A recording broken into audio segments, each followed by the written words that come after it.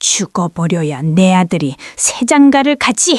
수술을 기다리며 사고로 누워있는 며느리에게 시어머니가 수술 동의서 서명을 거부하며 내뱉은 말이었습니다. 남편은 산소호흡기를 떼라고 소리쳤죠. 하지만 의사가 제 진짜 신분, 바로 대한민국 굴지의 금융그룹 외동딸이라는 사실을 밝히자 시댁 식구들의 얼굴은 공포로 물들었습니다. 지금부터 한 여인의 처절한 배신과 통쾌한 복수극이 시작됩니다. 이 이야기가 궁금하시다면 평안한 노년 채널을 구독하고 좋아요를 눌러주세요. 여러분의 인생에 깊은 교훈을 남길 이야기가 지금 바로 펼쳐집니다. 병원 특유의 소독약 냄새는 언제나 사람을 두렵게 만듭니다. 절망의 냄새, 하얀 복도를 울리는 분주한 발걸음 소리. 저 한서연은 끔찍한 교통사고 이후 온몸에 기계장치를 주렁주렁 매단 채 침대에 누워 있었습니다. 눈은 떠지지 않고 사진은 내 것이 아닌 것처럼 마비되었지만 이상하게도 정신만은 또렷했습니다. 기계가 내 폐로 공기를 불어넣는 규칙적인 소리, 의료진이 다급하게 대화하는 소리, 그리고 고통스럽게도 응급실 문 밖에서 들려오는 가족들의 대화까지 전부 들렸습니다. 의사 선생님, 우리 며느리 상태는 어떤가요? 시어머니 박 여사의 목소리였습니다. 겉으로는 걱정하는 듯 했지만 그 안에 일말의 동정심도 없다는 것을 저는 느낄 수 있었습니다. 의사가 무겁게 입을 열었습니다. 두부 외상과 복부 다발성 손상으로 상태가 매우 위중합니다. 내부 출혈을 막고 뇌압을 낮추기 위해 즉시 수술해야 합니다. 조금이라도 늦어지면 목숨을 잃을 수 있습니다. 가족분들 바로 수술 동의서에 서명해 주십시오. 긴 침묵이 흘렀습니다. 저는 마음속으로 애원했습니다. 진우 씨, 제발 서명해줘요. 나 아직 다 듣고 있단 말이에요. 하지만 제 간절한 외침에 답한 것은 시어머니의 얼음장 같은 목소리였습니다. 잠깐만요, 의사 선생님. 그 수술 비용이 엄청나다고 들었어요. 위험도 크고요. 만약 수술하고 식물인간이라도 되면 누가 책임지나요? 우리 집은 평생 쓸모없는 사람 뒷바라지할 만큼 부자가 아니에요. 게다가 쟤는 고아라 보증서 줄 사람도 없는데 우리가 죽어가는 애 빚까지 떠안을 수는 없죠. 그 말은 비수가 되어 제 고막을 찢었습니다. 지난 5년간 저는 박 여사를 친어머니처럼 모셨습니다. 식사부터 잠자리, 매달 드리는 용돈까지. 제 효심이 그 굳은 마음을 움직였다고 믿었는데 결국 저는 그저 쓸모없는 고아일 뿐이었습니다. 어머니, 좀 조용히 하세요.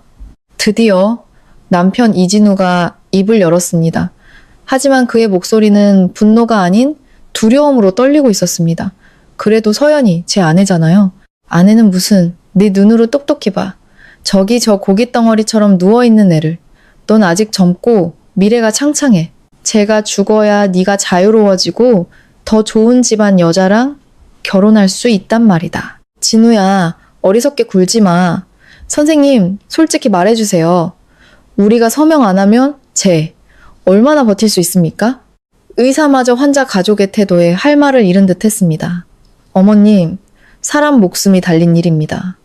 30분 안에 수술하지 않으면 심장이 멎을 겁니다.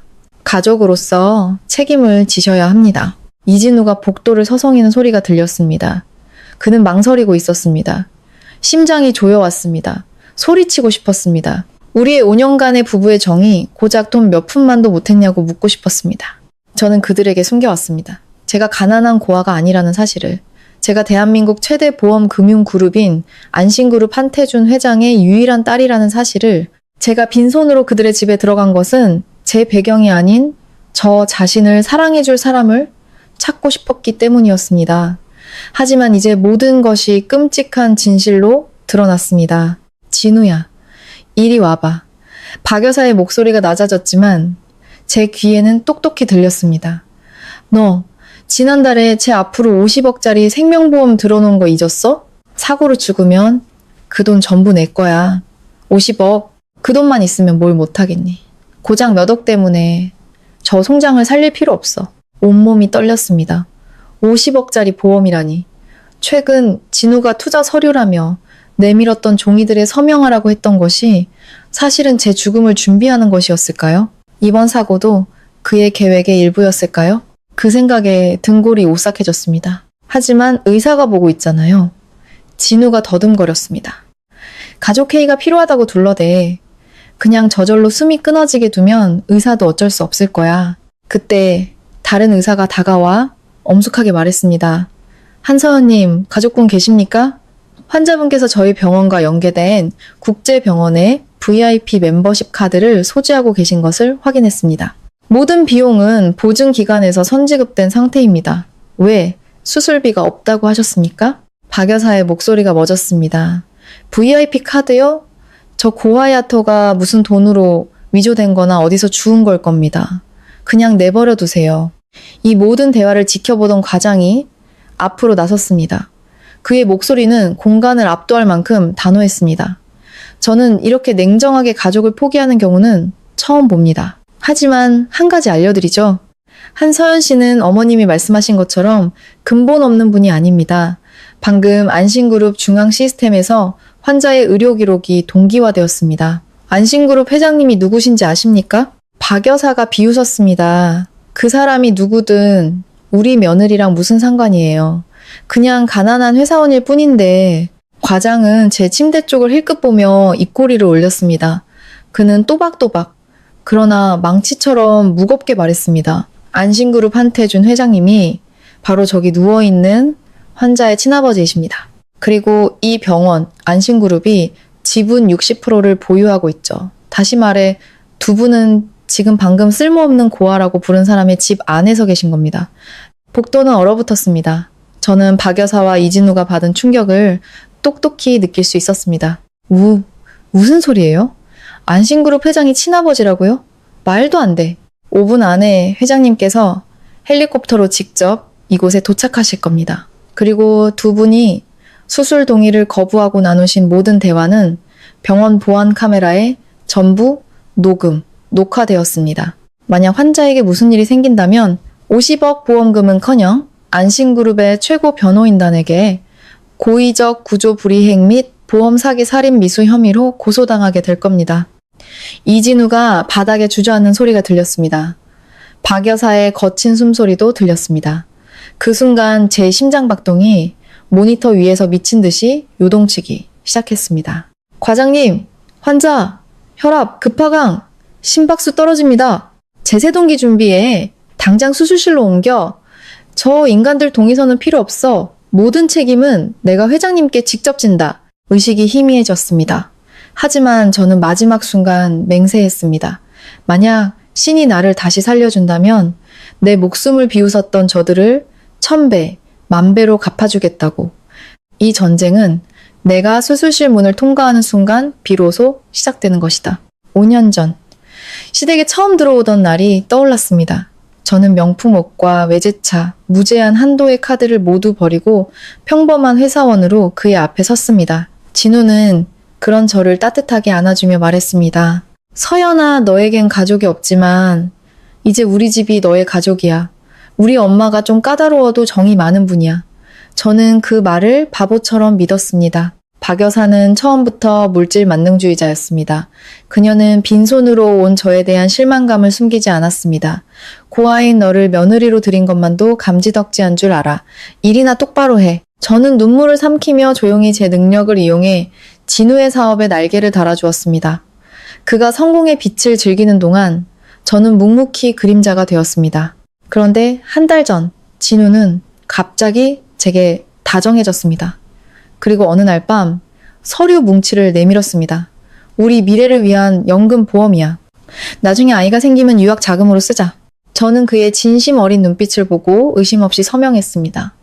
그 서명이 저를 죽음으로 몰아넣는 사형 선고서일 줄은 꿈에도 몰랐습니다. 만약 사고로 제가 죽으면 유일한 수혜자인 이진우가 즉시 50억 원을 받게 되는 조항이 있었습니다. 50억. 그 돈 때문에 그들은 제 심장이 멈추기만을 기다리고 있었습니다. 진우는 아마도 오랫동안 바람 피워온 내연녀를 집에 들일 생각을 하고 있겠죠. 오늘 오후에 교통사고 내리막길에서 갑자기 브레이크가 말을 듣지 않았던 것이 정말 우연이었을까요? 그때 병원 옥상에서 헬리콥터의 굉음이 들려왔습니다. 제 아버지, 한태준 회장님이 오고 있었습니다. 아버지는 냉정한 경영인이지만 저를 목숨보다 사랑하셨습니다. 제가 평범한 삶을 살겠다고 했을 때 아버지는 경고하셨습니다. 서연아, 사람의 마음은 돈 앞에서 가장 쉽게 변하는 법이다. 네 인생을 도박에 걸지 마라. 이제야 제가 얼마나 어리석었는지 깨달았습니다. 응급실 문이 다시 열리고 복도에서 날카로운 마찰음이 들렸습니다. 짝! 하는 소리와 함께 박 여사가 바닥에 나뒹굴었습니다. 아버지가 아닌 아버지의 비서가 그녀의 뺨을 때린 것이었습니다.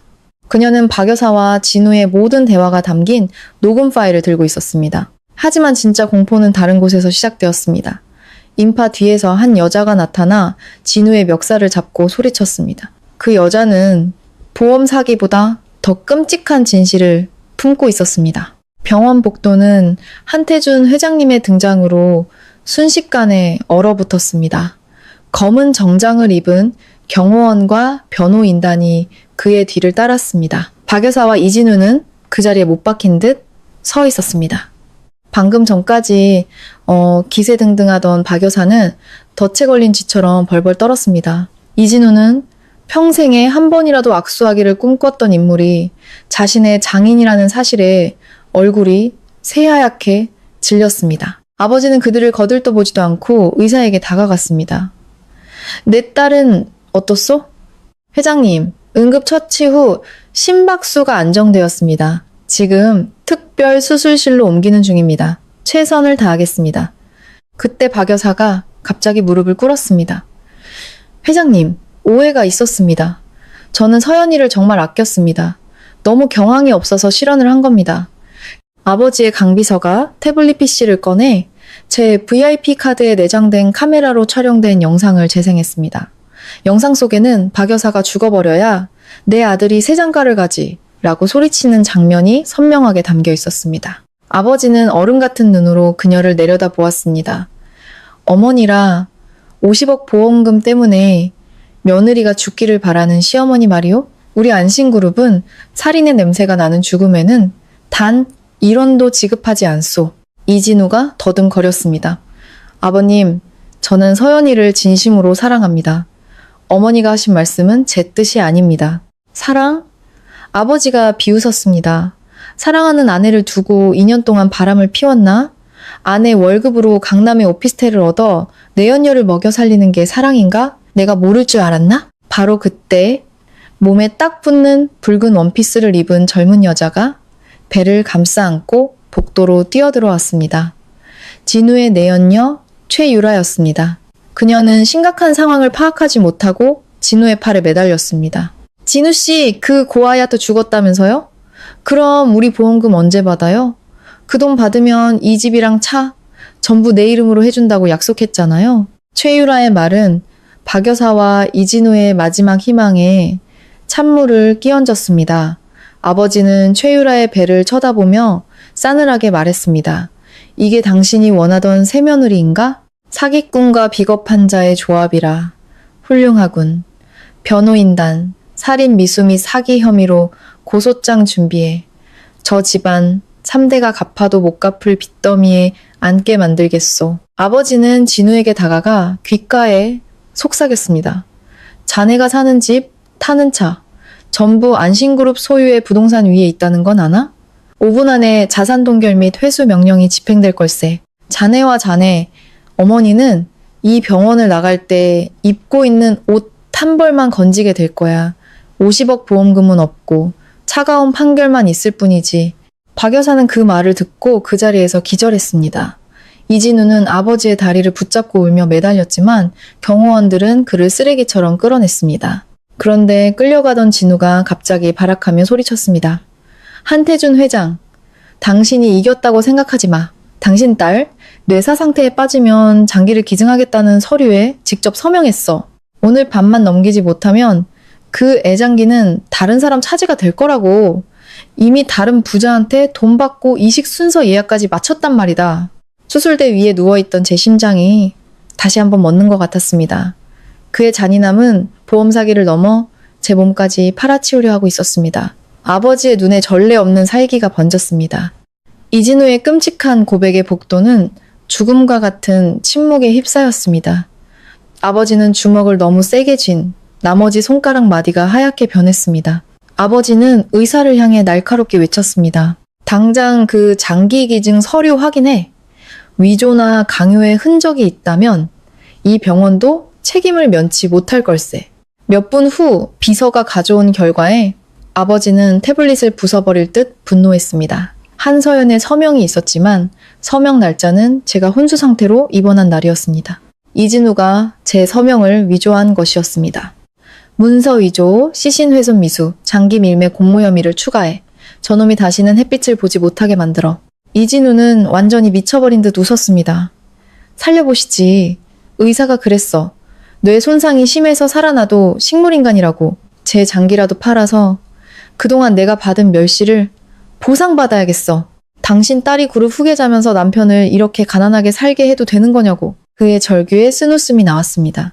지난 5년간 그의 투자 실패로 인한 빚을 갚기 위해 밤새워 일한 사람이 누구였던가. 회사 선물인 척 그가 타는 차를 사준 사람이 누구였던가.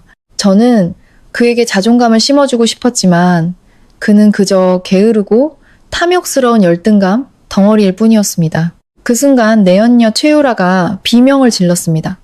붉은 원피스 자락으로 피가 번지고 있었습니다. 진우씨, 배가 우리 아기 좀 살려줘! 이진우가 그녀에게 달려가려 했지만 경호원들이 막아섰습니다. 아버지는 그녀를 동정심 없는 눈으로 바라보며 말했습니다. 산부인과로 옮겨. 하지만 모든 비용은 이진우의 빚으로 청구될 걸세. 그리고 진우, 자네가 내 딸의 장기를 팔려던 그 부자가 누군지 아나? 아버지는 스피커폰으로 전화를 걸었습니다. 수화기 너머로 중후한 목소리가 들려왔습니다. 한 회장 소식 들었네? 그 버러지 같은 놈이 내 이름을 팔아 장기 이식을 강요했다더군. 우리 가문이 사람 목숨을 뺏어서 연명할 만큼 비겁하진 않네. 가만두지 않겠어? 이진우는 완전히 무너졌습니다. 그가 손을 잡으려던 부자는 아버지의 오랜 사업 파트너였습니다. 그는 제 발로 무덤을 판 것이었습니다. 정신을 차린 박 여사는 아들의 모습과 피 흘리는 최유라를 보고 아버지 발치에 기어왔습니다. 회장님, 제발요.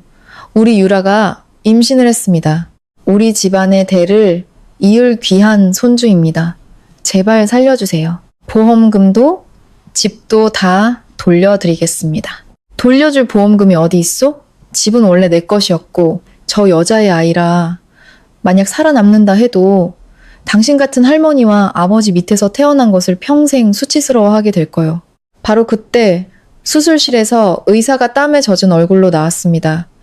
회장님, 수술은 성공적으로 끝났습니다만 환자분께서 깊은 혼수 상태에 빠졌습니다. 체내에서 저희 병원에서 사용하지 않는 강력한 마취제 성분이 검출되었습니다. 사고 전에 누군가 약을 먹인 것 같습니다. 아버지의 시선이 이진우에게 향했습니다.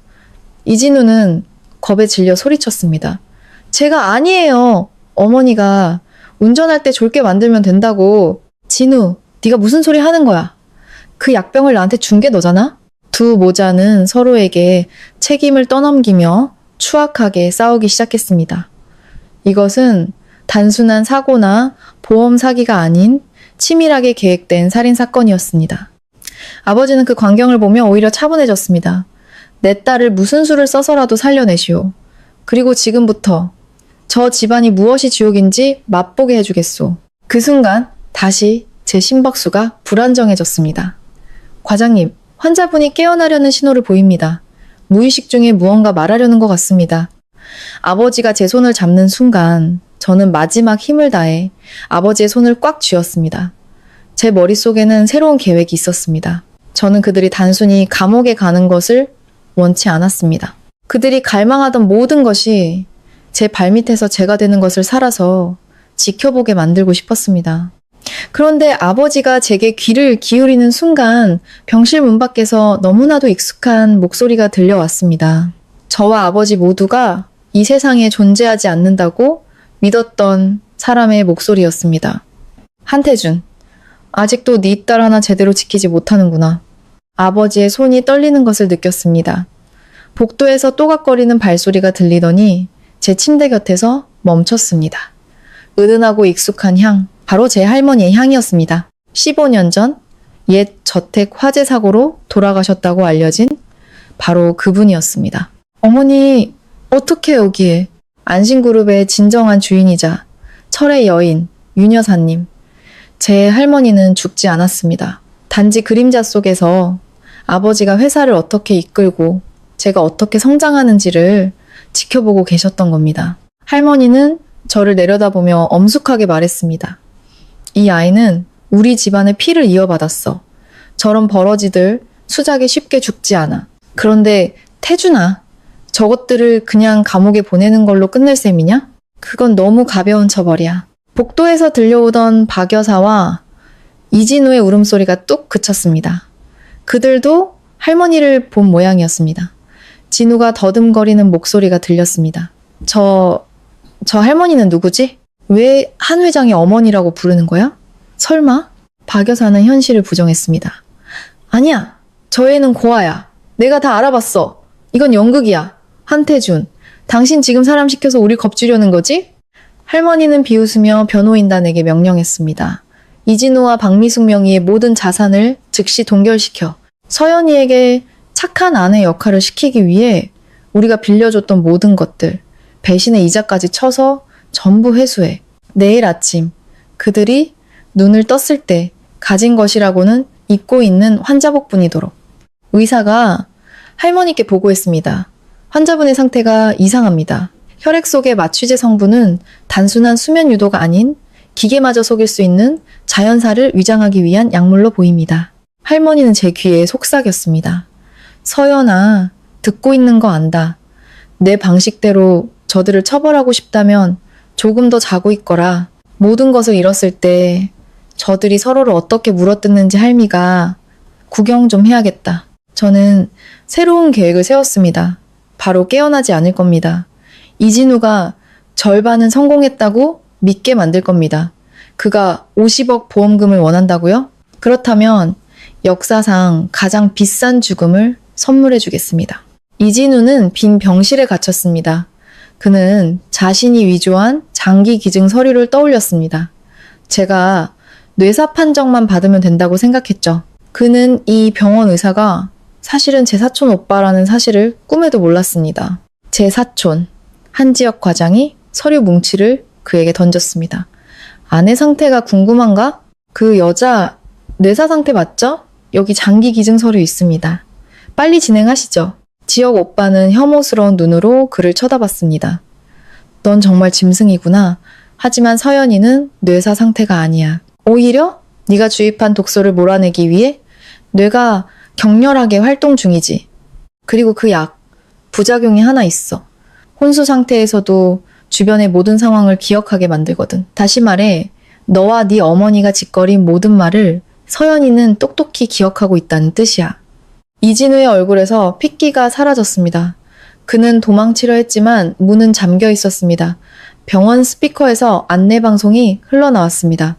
서울중앙지검 특수부에서 현장에 도착했으니 응급센터 구역을 전면 통제합니다. 진짜 전쟁은 이제부터였습니다. 이진우는 어둠 속에서 낯선 발소리와 함께 방금 자신이 죽이려 했던 아내의 목소리가 들려오는 것을 느끼기 시작했습니다. 이진우는 텅 빈 방 구석에 웅크리고 앉았습니다. 사방의 하얀 벽이 그를 옥죄는 듯 했습니다.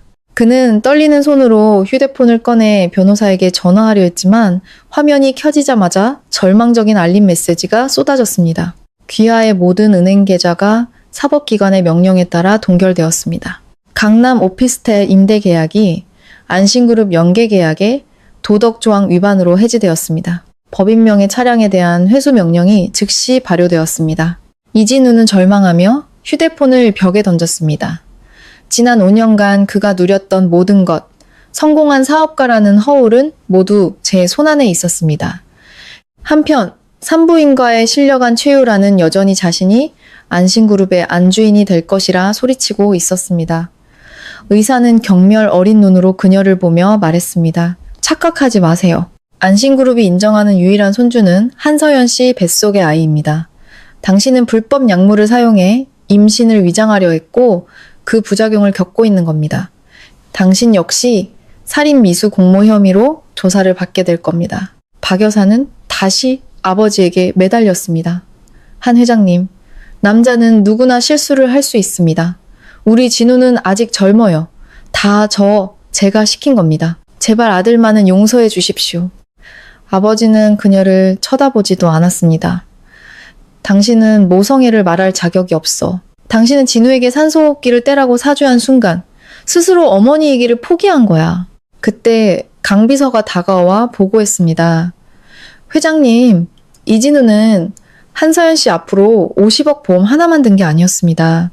내연녀의 생활비를 대기 위해 자신의 목숨을 담보로 사채까지 끌어다 썼습니다. 만약 오늘 한서연 씨가 죽지 않았다면 내일은 사채업자들이 그의 목숨을 걷어갔을 겁니다. 그 말을 들은 이진우는 완전히 주저앉았습니다. 그는 사채 빚을 갚기 위해 저를 죽이려 했지만 제가 바로 대한민국 보험 제국의 공주라는 사실을 몰랐던 겁니다. 할머니가 서류 한 장을 들고 나타났습니다. 이진우, 이혼 합의서와 살인교사 자백서에 서명해라. 그러면 얌전히 경찰에 넘겨주마. 서명하지 않으면 밖에 기다리고 있는 사채업자들에게 이 문을 열어줄 테니 네가 선택해. 법의 심판을 받을지, 지하세계의 처벌을 받을지. 이진우가 떨리는 손으로 펜을 잡았습니다. 하지만 그가 서명하려는 순간 지역 오빠가 다급하게 뛰어나왔습니다. 멈춰. 서연이가 숨을 안 쉬어. 경보음이 울리고 복도는 다시 혼란에 빠졌습니다. 이진우의 눈에 희망의 빛이 번뜩였습니다. 제가 서명 전에 죽으면 법적으로 그는 여전히 제일 상속인이었습니다. 그는 펜을 던지며 미친 듯이 웃었습니다. 죽었어. 한서연이 죽었어. 이제 50억도 저 집도 다 내 거야. 할머니는 이상할 정도로 차분한 눈으로 그를 바라봤습니다. 네가 정말 안심그룹 외동딸의 죽음이 그렇게 간단할 거라고 생각했나? 설계된 죽음에 대해 들어본 적 있나? 제 병실의 모든 의료기기가 길게 삐 소리를 내며 멈췄습니다. 사망 선고음이었습니다. 이진우는 환희에 찬 얼굴로 일직선이 된 심전도 모니터를 바라봤습니다. 박 여사도 눈물을 닦으며 다시 오만한 태도로 말했습니다. 거봐요. 제 명대로 간 겁니다. 이제 우리 아들이 법정 남편이니 보험금이랑 재산은 전부 우리 집안 것이오. 아버지는 고개를 숙인 채 어깨를 떨었습니다. 그러나 할머니는 미동도 없이 이진우를 쏘아보았습니다. 보험금을 받고 싶다고? 그렇다면 내 손으로 직접 내 아내의 산소호흡기를 떼거라. 기계가 완전히 멈춰야 사망 진단서가 발급되니까. 감당할 수 있겠나? 탐욕에 눈이 먼 이진우는 망설임 없이 병실로 들어왔습니다. 그는 창백하게 누워있는 저를 보며 속삭였습니다. 서연아, 내 목숨으로 내 미래를 열어줘서 고마워. 그리고 그는 망설임 없이 기계의 전원 버튼을 눌렀습니다. 모든 것이 멎었습니다. 하지만 5초 후 병원 전체의 불이 꺼졌다가 섬뜩한 붉은빛으로 다시 켜졌습니다. 그리고 스피커에서 제 목소리가 흘러나왔습니다. 이진우, 당신은 방금 전 세계가 지켜보는 앞에서 마지막 살인 행위를 저질렀습니다. 이진우가 겁에 질려 뒷걸음치는 순간 침대가 천천히 내려오고 죽었다고 생각했던 제가 갑자기 눈을 떴습니다. 저는 산소 마스크를 벗으며 얼음 같은 눈으로 그를 쏘아보았습니다. 많이 놀랐나 보네? 아버지와 할머니, 그리고 경찰이 방으로 들이닥쳤습니다. 지역 오빠는 리모컨을 들고 웃고 있었습니다. 심전도 모니터는 가짜였어. 하지만 네가 아내를 죽이려고 전원 버튼을 누른 건 100% 진짜지. 이 모든 장면은 안심그룹 공식 채널을 통해 수백만 명의 주주들과 수사기관에 생중계되었어. 이진우는 그 자리에서 오줌을 지리며 쓰러졌습니다.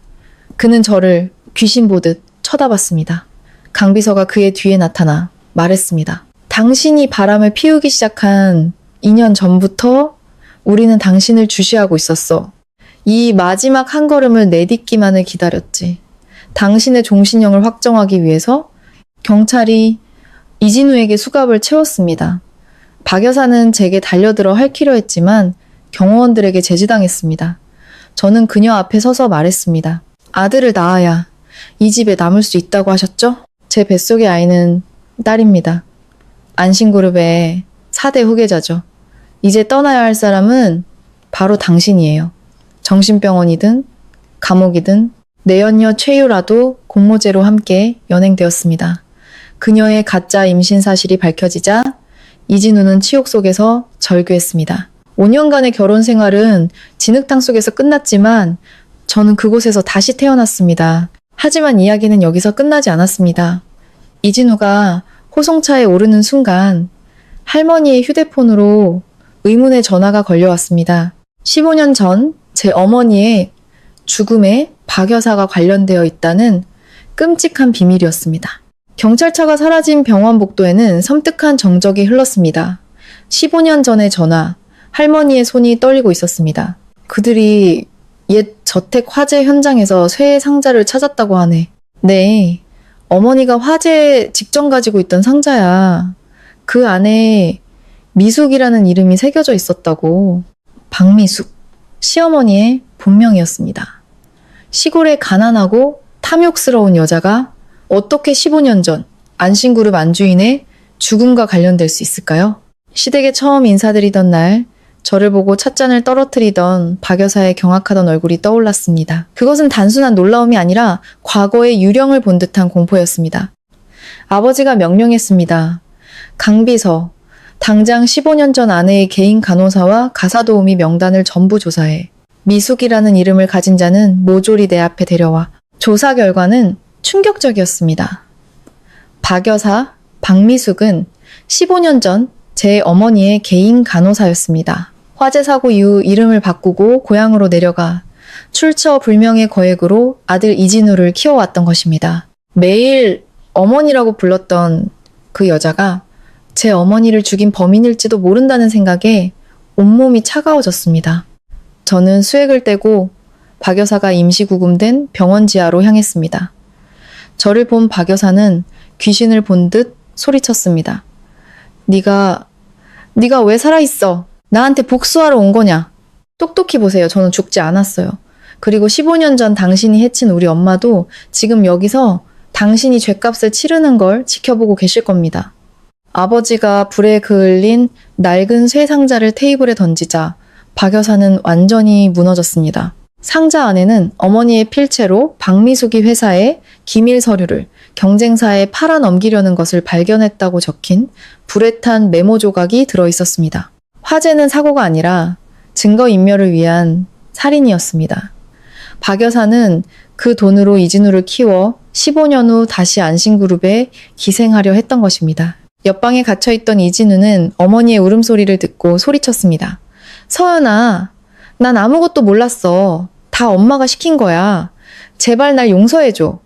하지만 박 여사는 갑자기 울음을 그치고 미친 듯이 웃으며 외쳤습니다. 한태준, 네가 다 안다고 생각해? 15년 전 나 혼자 한 짓이 아니야. 안심그룹 내부에서 누군가 문을 열어주고 폭약을 건네주지 않았다면 불가능했어. 그 배신자, 지금도 바로 네 옆 가장 높은 자리에 앉아 있다고? 그녀의 마지막 말은 모두를 충격에 빠뜨렸습니다. 배신자가 내부에, 그것도 아버지의 가장 가까운 곳에 있다는 말에 등골이 오싹해졌습니다. 박 여사의 폭로는 독처럼 퍼져나갔습니다. 아버지는 경악했습니다. 안심그룹의 심장부에 배신자가 있다니. 할머니가 박 여사의 뺨을 다시 때리며 소리쳤습니다. 이 순간까지 이간질을 하려는 게냐. 믿든 말든 마음대로 해. 15년 전 주식 양도 기록이나 확인해 보시지. 왜 돌아가신 사모님의 막대한 재산이 화재 직전 익명의 펀드로 옮겨졌을까? 최고 경영자의 승인 없이는 불가능한 일이었을 텐데? 저는 아버지의 곁에 항상 그림자처럼 함께했던 김중현 이사님을 떠올렸습니다. 제가 김아저씨라고 부르며 따랐던 어머니의 장례식에서 가장 서럽게 울었던 그분이었습니다. 다음 날 저는 삼엄한 경호 속에 본가로 돌아왔습니다. 그리고 강비서가 비밀문서를 가져왔습니다. 15년 전 재산 이전 서류에 회장님의 서명은 정교하게 위조된 것이었습니다. 당시 회장님의 인감에 접근할 수 있었던 사람은 단 한 사람, 김중현 이사님 뿐이었습니다. 그 순간 김 이사님에게서 문자가 왔습니다. 서연아, 깨어났다는 소식 들었다. 정말 다행이구나. 지금 집 앞에 와 있는데 네 어머니에 대해 할 말이 있단다. 뱀이 스스로 굴 밖으로 나오는 순간이었습니다. 저는 경호원들을 숨기고 그를 안으로 들였습니다. 그가 하는 모든 말을 녹음하도록 지시했습니다. 김 이사님은 평소처럼 온화한 얼굴로 어머니가 좋아하시던 백합을 들고 나타났습니다. 그는 저를 안으며 말했습니다. 서연아, 널 잃는 줄 알았단다. 사실 15년 전 내 어머니가 박미숙의 수상한 낌새를 눈치챘지만 너무 마음이 약해 기회를 주려고 했어. 내가 말렸지만 듣지 않으셨지. 그때 내가 더 강하게 나갔더라면 저는 그의 눈을 똑바로 보며 물었습니다. 아저씨, 혹시 백합이라는 이름의 익명 펀드에 대해 아세요? 저희 어머니 재산의 20%가 그곳으로 옮겨졌더라고요. 김 이사님의 얼굴이 굳어졌습니다. 손에 들고 있던 백합 다발이 바닥으로 떨어졌습니다. 온화한 가면이 벗겨지고 차가운 눈빛이 드러났습니다. 죽다 살아난 것 치고는 너무 많은 것을 알고 있구나. 그는 주머니에서 작은 리모컨을 꺼냈습니다. 이 저택의 보안 시스템은 내가 설계했지. 내가 가질 수 없다면 15년 만에 두 번째 화재가 일어나는 것도 나쁘지 않겠지. 안심그룹이 아저씨 것이어야 했다고요? 그래, 네 아버지는 운 좋게 모든 걸 물려받았을 뿐이야. 나는 빈손으로 그와 함께 제국을 건설했어. 그런데 네 어머니는 왜 그 막대한 재산을 자선 사업에 쓰려고 한 거지? 내 사업 확장에 투자했어야 했는데 그 여자가 내 길을 막았고 너도 마찬가지야. 그 순간 거실에 대형 TV 화면이 켜졌습니다. 화면에는 아버지와 경찰청 사이버 수사팀이 앉아 있었습니다. 아버지가 말했습니다. 중현아, 넌 끝났다. 네가 와인 저장고에 설치한 폭탄은 1시간 전에 이미 해체되었다. 네 손에 있는 리모컨은 우리가 바꿔치기한 장난감일 뿐이야. 김 이사님이 미친 듯이 버튼을 눌렀지만 아무 일도 일어나지 않았습니다. 경찰 특공대가 들이닥쳐 그를 체포했습니다. 끌려가던 그는 제게 죽은 자의 목소리로 속삭였습니다. 서연아, 기뻐하긴 일러. 네 교통사고 이진우와 박미숙은 약이나 먹일 줄 아는 겁쟁이들이야. 네 차 브레이크를 자른 건 그들이 아니거든. 진짜 범인은 지금도 네 곁에 있어. 그의 말은 또 다른 의심의 씨앗을 뿌렸습니다. 이진우는 마취제만 사용했습니다.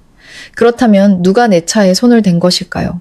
저는 강비서, 지혁, 오빠, 그리고 할머니를 차례로 쳐다봤습니다. 이 전쟁에서 저는 눈에 보이는 것만을 믿어서는 안 된다는 것을 배웠습니다. 며칠 후 저는 안심그룹의 부회장으로 복귀했습니다.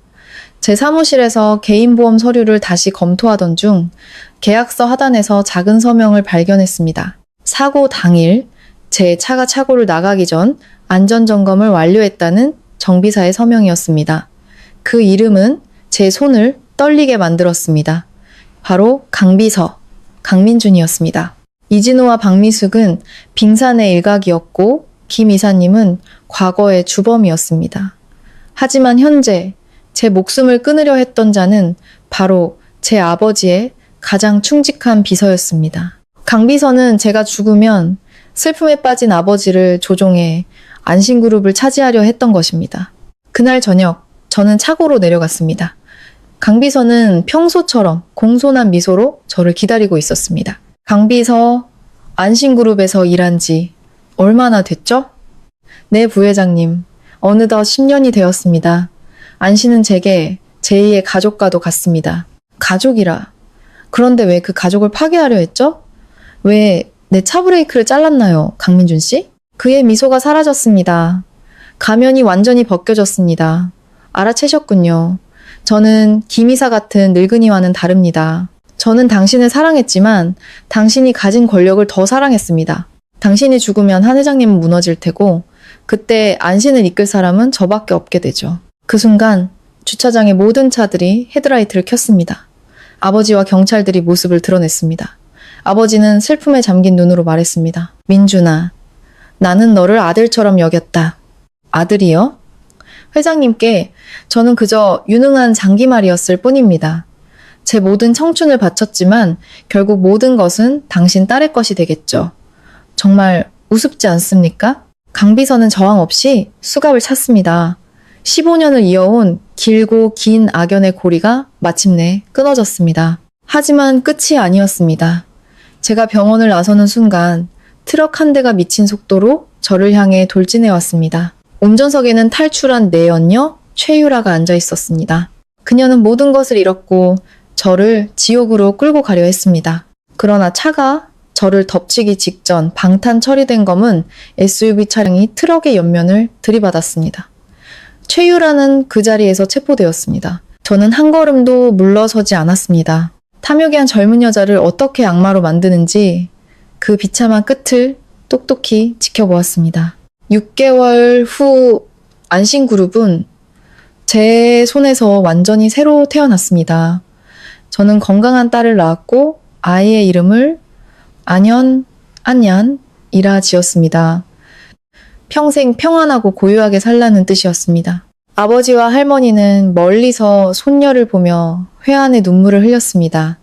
저는 그들을 완전히 용서하지는 않았지만 시간을 주기로 했습니다.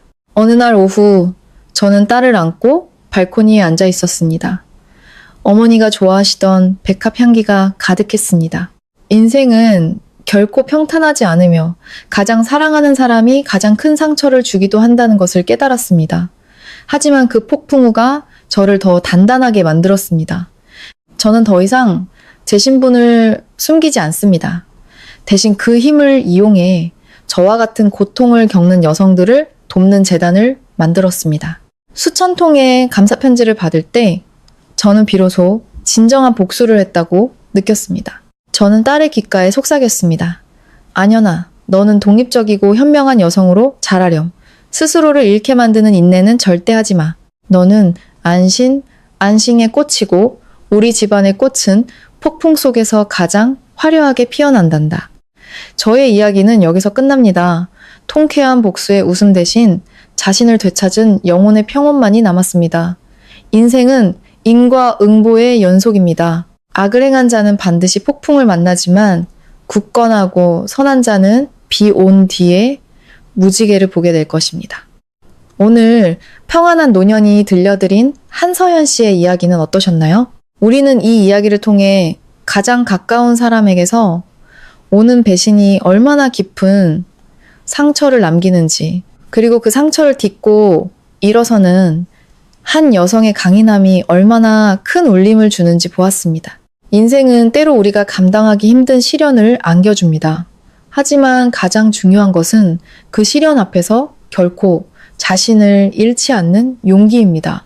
여러분 각자는 모두 자신의 인생이라는 왕국의 귀한 주인입니다. 그 누구도 당신의 가치를 훼손하게 두지 마십시오. 가장 큰 복수는 증오로 상대를 파멸시키는 것이 아니라 그들의 배신에도 불구하고 더 나은 사람으로, 더 행복한 사람으로 살아가는 것입니다. 과거의 잿더미 속에서 더 찬란한 미래를 건설하는 것, 그것이야말로 진정한 승리입니다. 여러분이 겪었던 배신, 그리고 그것을 극복해낸 경험이 있다면 댓글로 공유해주세요. 여러분의 이야기가 또 다른 누군가에게는 큰 위로와 용기가 될 것입니다. 평안한 노년은 앞으로도 여러분의 삶에 지혜와 평안을 더해줄 이야기로 찾아뵙겠습니다. 구독과 좋아요 그리고 알림 설정은 저희에게 큰 힘이 됩니다. 감사합니다.